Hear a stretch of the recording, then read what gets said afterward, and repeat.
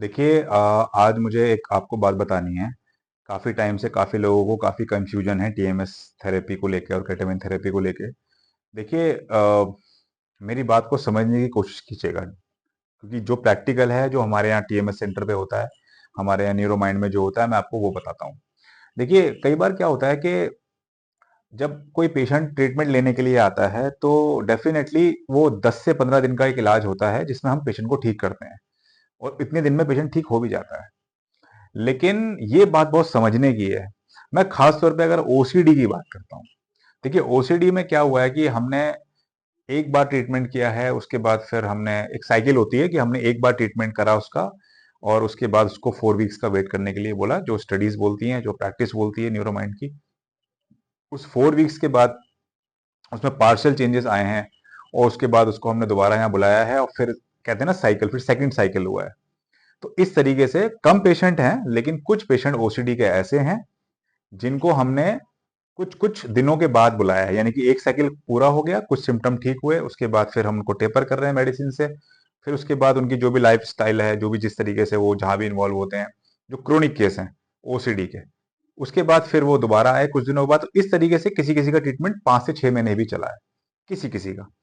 But important बात यह है कि वो पूरी तरह से ठीक हो चुके हैं, पूरी तरीके से उनकी बीमारी निकल चुकी है, दवाइयां बंद हो चुकी हैं और अपनी लाइफ में वो एंजॉय कर रहे हैं। मतलब ये बात मेरे कहने का एक आपको एक प्रयास है समझाने का कि थोड़ा सा अगर मान लीजिए कभी ऐसा होता है कि टीएमएस या केटामिन थेरेपी लेने के बाद आपको ये एडवाइस होता है कि बूस्टर के लिए आपको उसमें अगर बाद में कॉल जाती है मेंटेनेंस जो जिसे हम बोलते हैं, तो वो एक नॉर्मल प्रोसेस होता है। उसमें घबराने की जरूरत नहीं है कि भाई पहली बार टीएमएस या केटामिन लिया तो आपको उतना इफेक्ट नहीं आया। ये रेयर टू रेयर केस में, बट द फैक्ट इज कि यस, मुझे कहना यह है कि देखिए चाहे साइकिल 1 हो, 2 हो, 3 हो या 4 हो या 5 हो, अगर आपको रिजल्ट मिल रहा है या आप बिल्कुल ठीक हो रहे हो तो उसमें बुराई क्या है। तो ये मुझे आपको एक बात बतानी थी। काफी लोगों के दिमाग में ये क्वेश्चन होता है कि नहीं भाई 4-5 पेशेंट हैं, उसमें से 3 को इफेक्ट आ गया, 2 कह रहे हैं हमें उतना इफेक्ट नहीं आया। तो वो जो 2 पेशेंट है ना, वो उनको इफेक्ट, क्योंकि किसी किसी का 4 वीक्स में इफेक्ट आता है इसका, और काफी पेशेंट ने फिर ये बोला तीसरे हफ्ते फोन करके हमें पूरी तरह से इसका असर आ गया। तो ये जो टीएमएस थेरेपी है और जो केटामिन थेरेपी है इस तरीके से काम करती है, तो घबराने की जरूरत नहीं है। अगर मान लीजिए कभी भी आपको कोई ऐसा कहीं आपने वीडियो देखा है या कहीं कोई स्टडी देखी है तो कि भाई इसको ट्रायल करा जाता है तो इसमें रिलैप्स हो जाता है, देखिए रिलैप्स होने की कई वजह होती है, उसके लिए मैं बाद में एक वीडियो बनाऊंगा।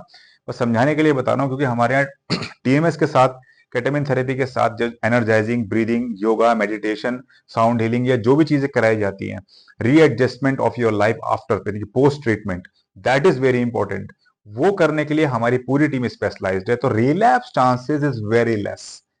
रिलैप्स कुछ नहीं होता है। अगर आपको बाद में जरूरत पड़ती है तो बूस्टर के लिए आप आ सकते हो, तो उस बूस्टर में आपको थोड़े से और प्रोटोकॉल चेंज करके उसमें आपकी जो फ्रीक्वेंसी होती है हमारी जो पल्सेस की, उसको इंक्रीज करके और अच्छी स्टिमुलेशन देके आपके जो न्यूरो ट्रांसमीटर हैं आपके ब्रेन के अंदर, जो जो आपके न्यूरॉन्स हैं, जो सर्किट हैं, उसको एनहेंस करने के लिए, ताकि वो एक वापस से और अच्छे से सर्किट बना पाएंगे, which is all the game of your neuro transmitter and pulses of the magnetic field. तो उसको करने के लिए बूस्टर अगर लेना पड़ता है तो उसमें घबराने की जरूरत नहीं, that is normal thing. But yes, अगर आप ऐसा करते हो तो ये आप ही के लिए है, बेनिफिशियरी है। इसमें इतना ये नहीं सोचना है कि ये वापस से बूस्टर पे क्यों जा रहा है। तो यस, ये उन लोगों के लिए है जो लोग काफी कंफ्यूज हैं इस बात को लेकर कि बाद में भी इसकी जरूरत पड़ सकती है। तो ये हर किसी के लिए नहीं है।